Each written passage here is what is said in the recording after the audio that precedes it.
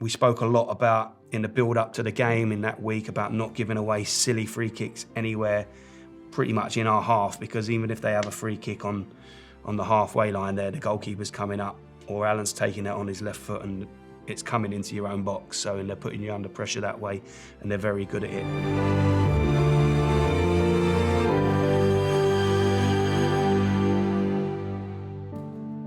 This is the League Two playoff final from the 2024-25 season. We come up against Walsall. Both teams got to the final, winning both their playoff games, but actually getting into the playoffs. Both teams were in a little bit of a tricky run of form, actually. Walsall had been the leaders of the league for a long time and then sort of came back to the pack a little bit. And we'd sort of pretty much always been in and around the playoff positions, flirted with the top three at times, but couldn't quite sort of stay in and amongst that. But we was in the playoffs for pretty much the whole season, but going into the last regular league game, we was in a position playing Grimsby away where they was actually directly below us, and if they'd have beaten us that day, the likelihood is we would have fallen out the playoffs on the final day and for the first time all season. So that would have been obviously a huge blow. So it sort of went into that Grimsby game under a fair bit of pressure. We won 1-0, which is probably my favourite result in football, 1-0 away from home. We managed to go there and get the result, but having got that, it almost felt like we'd overcome a quarter-final, one knockout game already. So I think that helped give us a lot of confidence going into the two-legged semi-final against Notts County. We had a really tough game up there. They're a really good side. They're possession-based. We had to be really disciplined with our press and our organisation. Around the hour mark, we scored 1-0 and then we saw it out, defended really well. So second 1-0 in a row.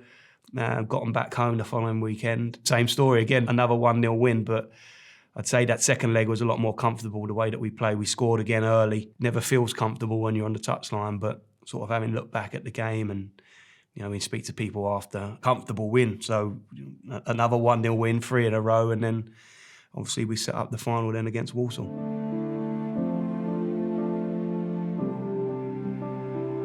Our starting lineup for the final was the same team that had played in the second leg at Notts County. It was Owen Goodman in goal, on loan from Crystal Palace, who'd had a great season. Big part of why we were so strong defensively. We had a back three of Ryan Johnson on the left, Joe Lewis centrally, and Riley Harbottle on the right. A midfield three, so more of a deep liar centrally. Jake Reeves, who was our captain, and then on the left footer Myles, Hippolyte, and Alistair Smith on the right. Two wing-backs, actually swapped them over for the playoff games and the Grimsby game. Normally we would have had a left footer on the left and a right footer on the right, but we swapped them over. So we had Josh Nerfield playing on the left and James Tilley playing on the right, and then a front two of Marcus Brown and Matty Stevens.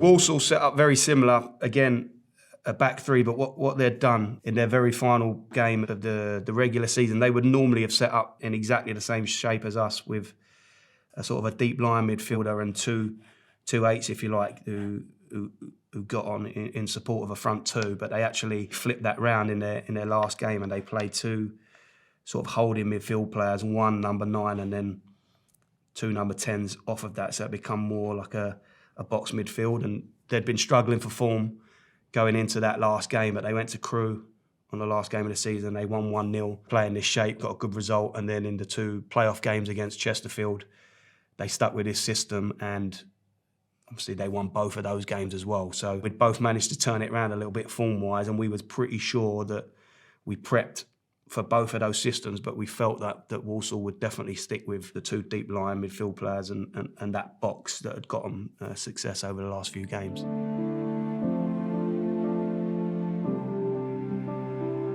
We'd come up against this shape quite a lot in the season. Most teams that play this way with the three centre-backs and the two deep liers and that box midfield is to really try and dominate possession and play out from the back and try and sort of play through you, if you like. Against that system, we would normally just go man for man.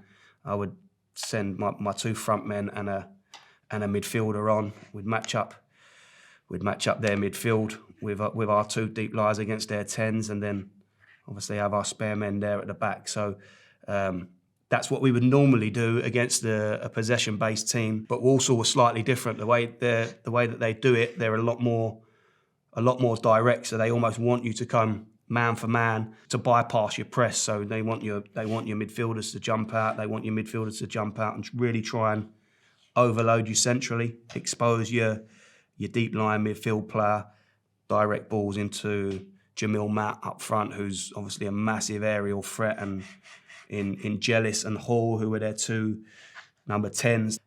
Loads of energy, loads of legs. So every time it does go up to Matt, they're either getting beyond or they're coming around the front into these sort of areas and really trying to overload that central part of the pitch. We wanted to avoid that because big strength. Jamil Matt, a real aerial threat, scored a lot of goals that season and throughout the years, really. A sort of a veteran striker who's been there and done it. So we wanted to avoid him being able to not even necessarily win headers, but just be a bit of a nuisance for our centre-back and allow their 2 10s to get into the game. And like you see, if we jump out here and we jump out here, then we really leave ourselves exposed, especially our deep line midfield players centrally. So one of the things that, and we try to do as a team, is always talk about protecting central areas and always trying to force the play round us if we can and not through us. So we just adjusted the way that we pressed a little bit in this game, because we knew that if he jumps out, Myles Hippolyte, who would normally go and press the right centre half there when he's got the ball, that's just going to get bypassed, and Myles is going to find himself out the game and he won't be able to affect that first ball. So we decided to just, instead of pressing with our outside forwards, we set up where we would go a little bit lopsided with our defenders. This player here for Walsall, Taylor Allen, really, really good quality on his left foot, scored against us in the regular season. Someone that I wanted to avoid being able to step in, find diagonal passes again into Matt, because we felt he'd have more quality on the day. So we just sort of went a little bit lopsided with our press, sent our two forwards there, if you like, and we almost gave up the pass to the right centre back, who we felt had less quality on the ball. His passes forward wouldn't affect us so much. He might take too many touches and false passes in here when we could be really, really aggressive. So the ball went centrally there. We would be aggressive. Our deep lies would pivot off like that. But we knew that really they wanted to get it, and they wanted to get it forward as quickly as possible, direct play. So we actually kept Hippolyte down. We kept Reeves down. We kept Smith down. Part of the reason we inverted our wing-backs and had left footers there is they would naturally roll inside and become a little bit more narrow, and we could really, really protect the middle of the pitch. And then we just asked our forwards to just do the work then. So as soon as the ball came here, Marcus Brown would press, Matty Stevens would then lock on, and hopefully we'd taken their left centre-back out of the game now. Obviously, we knew we couldn't always stop that service into Matt, but we'd have bodies around it, and it would definitely then allow Joe Lewis, who's the middle centre-back in R3, to compete. And in Joe, we've got one of the, in my opinion, the best defender in League Two, who's capable of covering the space. So if they do hit those sort of channel balls, Joe's able to cover the space, but also able to compete really, really well with Matt. And I felt on the day we really limited him. One, the service that he was getting. Two, stopping them landing on those balls centrally and stopping him being able to affect the game. Once it goes wide, and they did work it into their wing-backs, you had a Simway here, who good quality on his right foot, really good quality. Same with Gordon on the opposite side, and they're a crossing team. So once that happens, Matt comes alive. He wants to be between the posts. You've got Hall and Jellis will make the box, and these two will just back it up, really. So it was very important. We call it tagging in the box. So as soon as the ball goes wide, it's a 1v1. Your wing-back is up against the wing-back, and now they're full-backs. They have to do the defensive work for the team. They have to try and stop crosses on both sides. But when it does come in, it's so important that especially Matt, being the big aerial threat, that he was tagged, and Joe Lewis was basically tasked with almost doing a man-for-man job on Matt when the ball went wide. It was important that he wasn't allowed any space, any room to move. And then when Hall and Jellis did make the box, obviously we had our outside centre-backs there to also mark with the protection, that when it did get cleared, we then had our our two or our three midfield players there to try and land on it and get us playing.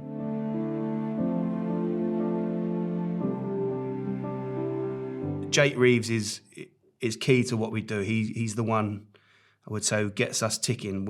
I asked my centre backs that if he's free and he's available, can we get him on the ball? Can we get him turned? Because we want to get him turned, and then we want to get our eights in attacking positions where we can feed them and they can drive forward. So obviously Walsall know this. They're going to try and stop him getting the ball, and normally they do it with Matt dropping in, trying to get on his toes, and they press with their outside forwards. So what was really important for us, if we was going to build at times, we would try and bypass their press because they're very, very aggressive, especially with these guys on that one. So anything slow and ponderous in there is going to come under a real press. So it was, could we get it to our side centre-half, suck him out, a little bit like what they was trying to do to us and bypass their press in Matty Stevens and Marcus Brown. We had two players there who were really capable of holding the ball up and bringing our 2 8s in, or switching the ball quickly across the back three. We felt if we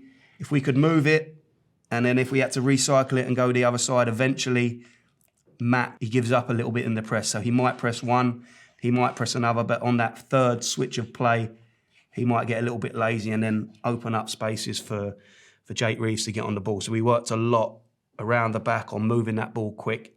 Could we go over their press at times, but could we suck them on to get Jake onto the ball? With our front two, Marcus Brown, he ended up playing as a striker for the later part of the season just because I felt he was a really, really big goal threat for us and probably our most creative player in the final third, but more of a natural 10, if you like. So between him and Matty Stevens would always try and stay on that top line, try and occupy their three, hoping that their two deep line midfield players would attach to our attacking eights, and then it would open up spaces for Marcus Brown to almost operate in that box. If they narrowed up to try and stop and get him in the ball, then we wanted to could we get our 2 8s in those sort of attacking positions? And we felt Jake Reeves, if we could get him on the ball, he's the best at finding those sort of passes to try and get Myles Hippolyte turned on his left foot, driving, crosses in the box. Once we get into these sort of areas, obviously our wing-backs will be really high, both excellent in 1v1 situations. So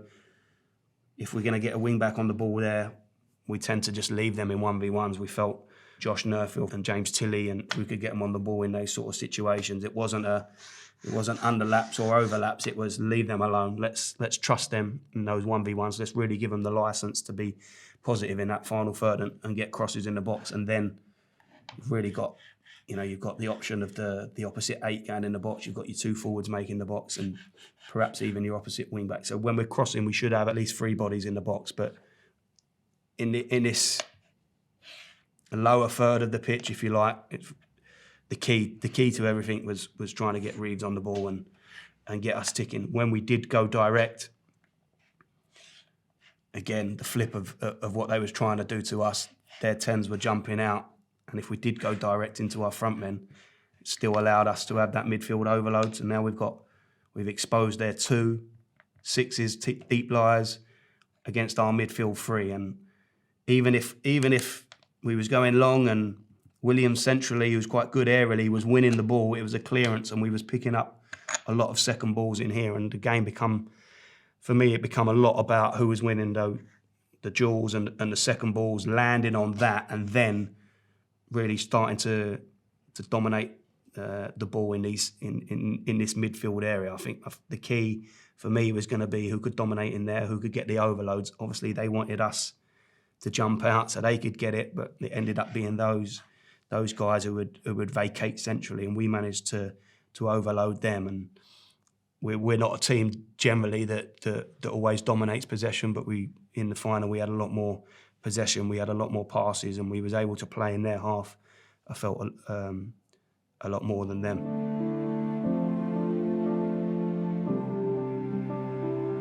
Throughout the season, they had been the strongest team set piece wise. Obviously, I spoke a lot about Jamil Matt, but Taylor Allen, who had scored against us only a few weeks previously at Walsall, had scored a free kick where edge of the box here, and Taylor Allen on his left foot whips one over the wall we spoke a lot about, in the build-up to the game in that week, about not giving away silly free kicks anywhere pretty much in our half, because even if they have a free kick on the halfway line there, the goalkeeper's coming up, or Alan's taking it on his left foot and it's coming into your own box. So, and they're putting you under pressure that way, and they're very good at it. Anything from a corner, Jamil Matt as good as anyone in the league. So we obviously worked on our setup and really overemphasised how important it was that we marked properly, that we marked aggressively, but also, unusually for us, VAR was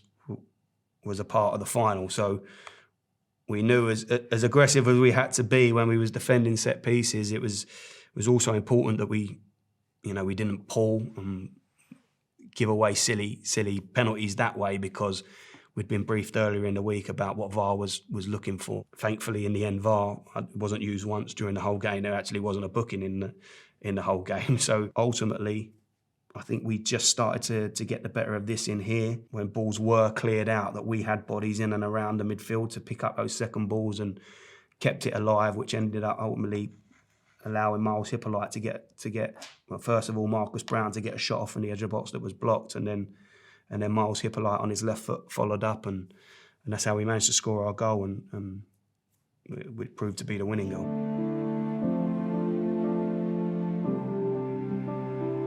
Coming on to our goal, obviously come from a set piece, which was quite pleasing, to be honest, because I felt like we hadn't scored enough of those all season, really. Defensively, we'd been solid, but hadn't scored enough. It needed more, I felt, from the centre-back. So we spoke a lot about, rather than routines and blocks and trying to get free, just using the train, if you like, four of our best headers to just be really aggressive and go and head the ball.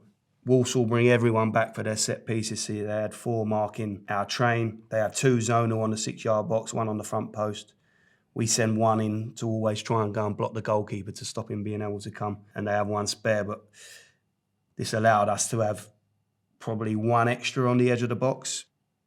Looking at the goal when they clear it, this is where we had our overloads and our extra bodies. Tilly's our taker on his left foot, and like in swingers, to try and sort of hit the space between 6-yard and the penalty box. We want the ball landing there, really. I think he overhits it, it goes out the back, and Walsall get first contact. It gets cleared, but it falls to Jake Reeves here, who's now spare. He helps it back in, gets cleared again, but this time it lands at Marcus Brown. So we've got our overload here now. Obviously, our 4 have gone and attacked it. They're in the box. They're getting marked. Falls to Marcus Brown, who's spare. He has a shot. We're now in the random territory of bodies in the box. So obviously ricochets and stuff like that can happen, but we've still got our bodies here. 1, to avoid getting counted on. 2, if it does get cleared back out, we've got our bodies. And Marcus Brown has his shot. Ricochet gets cleared. Falls to Myles Hippolyte on his left foot, and it's a lovely clean strike from the edge of the box. Obviously, could go through legs, could go through bodies, but it's a difficult one for the goalkeeper then when there's so many people. One of the disadvantages, I suppose, of bringing everyone back is that you create a little bit of chaos in the penalty box, and can become very difficult for the goalkeeper to see. But it's a lovely clean strike from Myles. He hadn't done many of them for a while. Hadn't scored since, I think, back in October, November. So delighted for him, and obviously turns out to be the match winner.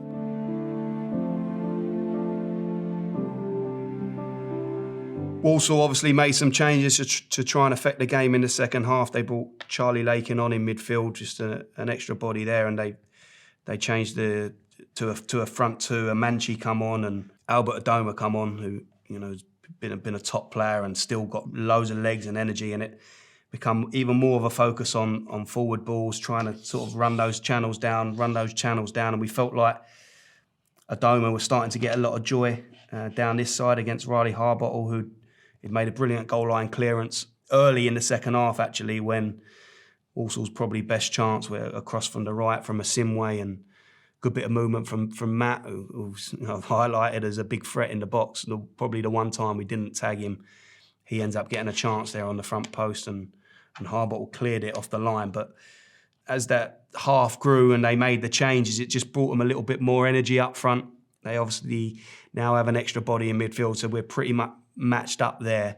And I think that they was just trying to exploit us a little bit down this side with Harbottle, who had just come back to fitness. So we felt like that might have to be a change that we'd anticipated. So we brought on Isaac Ogundere in this position, who's loads of energy, loads of legs, really good 1v1 defender. So it was important that when they made the changes that we just managed to match their energy. And for that 5-minute period, probably where we didn't do it, Adoma and Amanchi started to get into the game, caused a few issues, especially Adoma trying to operate in this left channel and drag our right centre half out. And I just felt if Harbottle got exposed as he was getting tired, that would be something that might hurt us. So that was a natural sub to make, bringing Ogundere on there, and definitely helped make Adoma and Amanchi less effective. And we done something similar, just more about freshness really at the top end of the pitch. I mean, we spoke about how we'd asked Matty Stevens and Marcus Brown to take care of their three, and that's hard work, to press that whole time, giving up that right side, to constantly press, to constantly get across and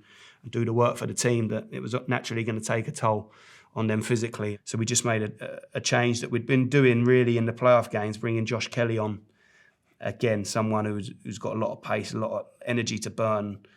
We knew he'd do the work and give us that press at the top end of the pitch, because what we didn't want to do was start sagging off, not get any pressure on the ball. And now Kagbu, he's bringing the ball and they're loading it into our penalty box from much higher up, especially Alan on that side. So it was important, really important, that we still managed to get pressure on that top end of the pitch. We brought Callum Maycock on for Myles Hippolyte, who had obviously got through a lot of work, sometimes pressing, sometimes staying down, but a big outlet for us in possession as well. So top end of the pitch, really important that we still get pressure on the ball, keeping our energy and our legs in midfield. Reeves and Smith saw it through well, just bringing that freshness there for Myles Hippolyte. But probably the biggest one was bringing on Ogundere on that right side, just to match their changes and the energy that the two front men had brought. And probably for 5-10 minutes when they came on, they caused a bit of chaos, a bit of randomness. But then I felt once we made those changes and got a bit more freshness on the pitch,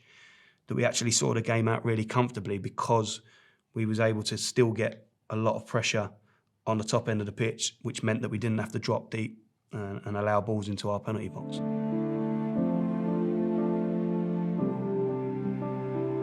Going into the game, I felt like the players had been under a lot of pressure. I spoke about how we'd been in the playoffs for the whole season, with the possibility and with the tricky run of form of maybe falling out of it in that last game at Grimsby. And I felt like the players were feeling the heat. And I lent on some people that I really trust in the game. I'm sure you won't mind. One of sort of my biggest mentors in the game is Chris Powell. He was my manager at Charlton. He made me captain. He was probably the first manager that showed a real faith in me, and he was the first manager that got me looking at the game a little bit differently. And one of the things that I remember about him, really beyond tactics and technical detail and stuff like that, was just the way that he would communicate with his players, the way that he would make me feel as a player walking on the pitch.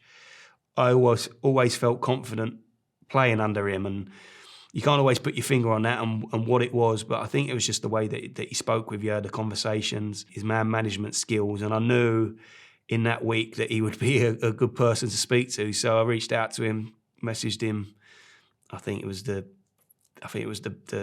Saturday night before we'd lost at home to Port Vale, and I'd watched them get promoted on our pitch, and it stung me a little bit, to be honest, because I wanted that to be me, and I knew that we still had an opportunity to do that, but also it could all go wrong the following week if we didn't get a result. So I felt there was an opportunity to strip back a lot of the tactical work during the week, try and focus on, as silly as it sounds, like having fun and embracing the position that we was in, because as a football club we hadn't been here for a long time, and you can easily lose sight of that. So for me, a big focus in the playoff campaign and going into the final was just trying to take the stress off my team and trying to get to enjoy the occasion. Obviously, Wembley is unique to any game of football that you're playing during the season. So we went down to Wembley a couple of days before, visited, got a feel for the place, the changing rooms, went on the pitch, and just got a feel for the surroundings. I think a lot of teams do it, especially at our level, because some of the lads would never have been there before, let alone played there. So I didn't want them turning up on game day,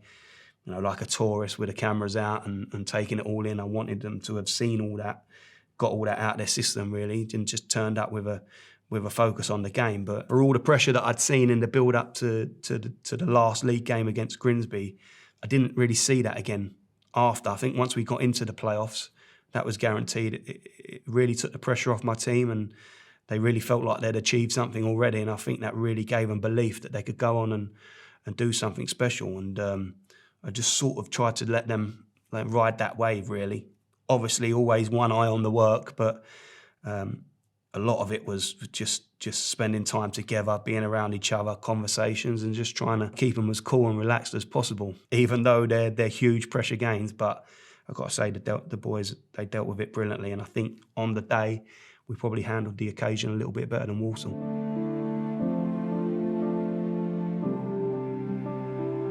To get that fourth 1-0 in a row, to keep another clean sheet, I think the bedrock of our season was built on our defensive solidity, and we probably actually didn't score enough goals. But to get 25 clean sheets in the regular season, and then to go and back it up again with 2 in the playoffs and 1 in the final, was really satisfying. I think that sort of summed up what we was like as a team. Walsall were one of the best attacking teams throughout the season. Had scored a lot of goals, created a lot of chances, but on the day we managed to limit them to their lowest XG of the season, actually, and they didn't have a shot in the first half. They obviously cranked it up a little bit second half, but still didn't have too much on our goal, and our goalkeeper didn't have too much to do. So performance-wise, really, really satisfying that we managed to go there and implement our game plan on the day, handle the occasion. But obviously bigger than that is what it means to everyone, what it means to the football club, to give the supporters and the people that had shown faith in me, to repay that. Hadn't always been plain sailing for me. The first season was very tricky. We improved second season, and then third season we all had real hopes that we could go and do something like this. But to actually go and do it and deliver on the big stage was incredibly satisfying. On a personal level, I never got to play at Wembley. That was one of my probably big regrets as a player. So to lead a team out there was the proudest moment of my career, just leading the team out. But then to obviously go on and win it, and be able to celebrate with everyone, friends, family, teammates. When you're with your staff and your teammates day in, day out throughout a 10-month season, you become incredibly close. So to share that with everyone was a special moment, and obviously to get that promotion as a manager is something that we all strive for, and when you get a little taste of it, you want more. So a day that I'll never forget, and hopefully there'll be a lot more to come.